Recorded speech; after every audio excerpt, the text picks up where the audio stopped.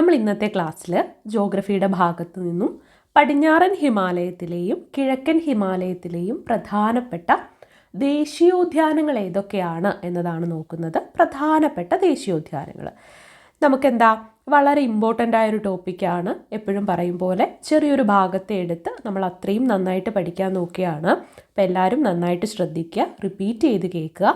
മനസ്സിലായിട്ടില്ല എന്നുണ്ടെങ്കിൽ ആവർത്തിച്ച് കേൾക്കാനായിട്ട് ശ്രമിക്കുക. പടിഞ്ഞാറൻ ഹിമാലയത്തിലെ പ്രധാനപ്പെട്ട ദേശീയോദ്യാനങ്ങളാണ്. ഒന്ന് ഡെച്ചിഗാം ജമ്മു കാശ്മീരിലാണ് കേട്ടോ.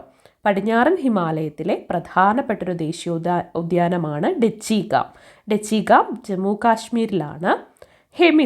ഹെമിസ് എവിടെയാണ്? ഹെമിസ് ലഡാക്കിലാണ്. പൂക്കളുടെ താഴ്വര അത് ഉത്തരാഖണ്ഡിലാണ്. കോർബറ്റും ഉത്തരാഖണ്ഡിലാണ്. രാജാജി ദേശീയോദ്യാനം അതും ഉത്തരാഖണ്ഡിലാണ്. അപ്പോൾ പടിഞ്ഞാറൻ ഹിമാലയത്തിലെ പ്രധാനപ്പെട്ട 3 ദേശീയോദ്യാനങ്ങൾ എവിടെയാണ്? ഉത്തരാഖണ്ഡിലാണ്. ഏതൊക്കെയാ? പൂക്കളുടെ താഴ്വര, കോർബറ്റ്, രാജാജി ദേശീയോദ്യാനം. ഇവ 3ഉം ഉത്തരാഖണ്ഡിലാണ്. പഠിക്കാൻ എന്തെങ്കിലും പാടുണ്ടോ? ഇല്ല. അപ്പോൾ ഉത്തരാഖണ്ഡിലെ പ്രധാനമായിട്ടും ഉത്തരാഖണ്ഡിലുള്ള 3 ദേശീയോദ്യാനങ്ങൾ അത് പടിഞ്ഞാറൻ ഹിമാലയത്തിൻ്റെ ഭാഗമാണ്. ഒന്ന് പൂക്കളുടെ താഴ്വര, കോർബറ്റ്, രാജാജി ദേശീയോദ്യാനം. പൂക്കളുടെ താഴ്വര, കോർബറ്റ്, രാജാജി ദേശീയോദ്യാനം. പൂക്കളുടെ താഴ്വര, കോർബറ്റ്, രാജാജി ദേശീയോദ്യാനം. പടിഞ്ഞാറൻ ഹിമാലയത്തിലെ മറ്റ് 2 പ്രധാനപ്പെട്ട ദേശീയോദ്യാനങ്ങളാണ് ഡെച്ചിഗാം ജമ്മു കാശ്മീരിലാണ്. ഹെമിസ് എവിടെയാണ്? ലഡാക്കിലാണ്. ഹെമിസ് ലഡാക്കിലാണ്. ഡെച്ചിഗാം ജമ്മു കാശ്മീരിലാണ്. അപ്പോൾ പടിഞ്ഞാറൻ ഹിമാലയത്തിലെ പ്രധാനപ്പെട്ട ദേശീയോദ്യാനങ്ങൾ ഇവിടെ നമ്മൾ 5 എണ്ണമാണ് നോക്കുന്നത്. ഡെച്ചിഗാം ജമ്മു കാശ്മീർ, ഹെമിസ് ലഡാക്ക്, പൂക്കളുടെ താഴ്വര ഉത്തരാഖണ്ഡിലാണ്, കോർബറ്റ് ഉത്തരാഖണ്ഡിലാണ്, രാജാജി ദേശീയോദ്യാനം എവിടെയാണ്?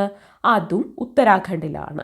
കോർബറ്റ്, പൂക്കളുടെ താഴ്വര, രാജാജി ദേശീയോദ്യാനം ഇവ 3ഉം ഉത്തരാഖണ്ഡിലാണ്. ഡെച്ചിഗാം, ഹെമിസ് ഇവയോ? ഡെച്ചിഗാം ജമ്മു കാശ്മീരിലും ഹെമിസ് ലഡാക്കിലുമാണ്. ഇനി നമുക്ക് കിഴക്കൻ ഹിമാലയത്തിലെ പ്രധാനപ്പെട്ട ദേശീയോദ്യാനങ്ങൾ നോക്കാം. അതും 5 എണ്ണമാണ് നമുക്ക് നോക്കാനുള്ളത്. ഇവിടെ നോക്കുകയാണെങ്കിൽ കാഞ്ചൻജംഗ എവിടെയാണ്? സിക്കിമിലാണ് കാഞ്ചൻജംഗ സിക്കിമിലാണ്. ദിബ്രു സെയ്ക്കോവ എവിടെയാണ്? അസമിലാണ്. കാസിരംഗ അസമിലാണ്. മാനസും അസമിലാണ്. ഇവിടെ 3 എണ്ണം എവിടെയാണ്? അസമിലാണ്. അപ്പോൾ നോക്കിക്കേ, ദിബ്രു സെയ്ക്കോവ, കാസിരംഗ, മാനസ് ഇവ 3ഉം അസമിലാണ്. കാഞ്ചൻജംഗ സിക്കിമിലാണ്. അതുപോലെ തന്നെ ഒരെണ്ണം കൂടി ഉണ്ട്. എന്താ?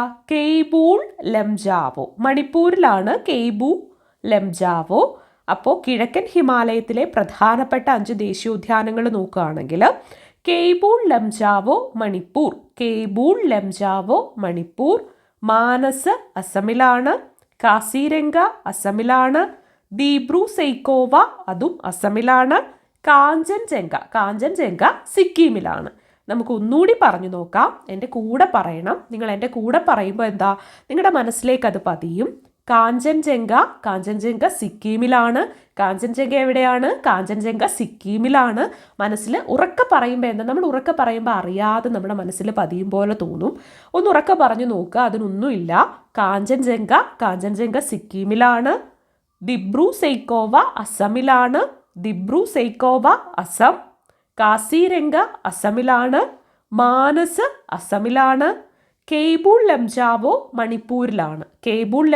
എവിടെയാണ്? മണിപ്പൂരിലാണ്. ഇവ 5ഉം കിഴക്കൻ ഹിമാലയത്തിലുള്ള പ്രധാന ദേശീയോദ്യാനങ്ങളാണ്. പടിഞ്ഞാറൻ ഹിമാലയത്തിലേക്ക് വരികയാണെങ്കിൽ ഡെച്ചിഗ്രാം ജമ്മു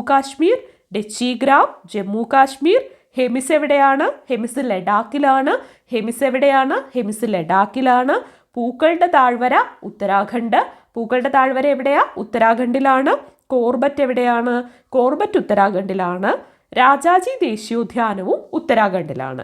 ഇവിടെ പടിഞ്ഞാറൻ ഹിമാലയത്തിലെ പ്രധാനപ്പെട്ട 3 ദേശീയോദ്യാനങ്ങൾ ഉത്തരാഖണ്ഡിലാണ്. പൂക്കളുടെ താഴ്വര, കോർബറ്റ്, രാജാജി ദേശീയോദ്യാനം ഇത് 3ഉം ഉത്തരാഖണ്ഡിലാണ്.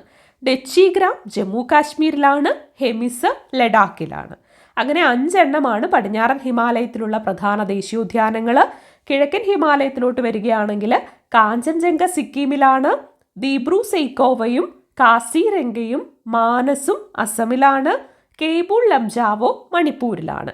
അങ്ങനെ നമ്മൾ 10 ദേശീയോദ്യാനങ്ങളാണ് ഇപ്പം നോക്കിയത്. പടിഞ്ഞാറൻ ഹിമാലയത്തിലും കിഴക്കൻ ഹിമാലയത്തിലുമായിട്ടുള്ള പ്രധാനപ്പെട്ട 10 ദേശീയോദ്യാനങ്ങൾ.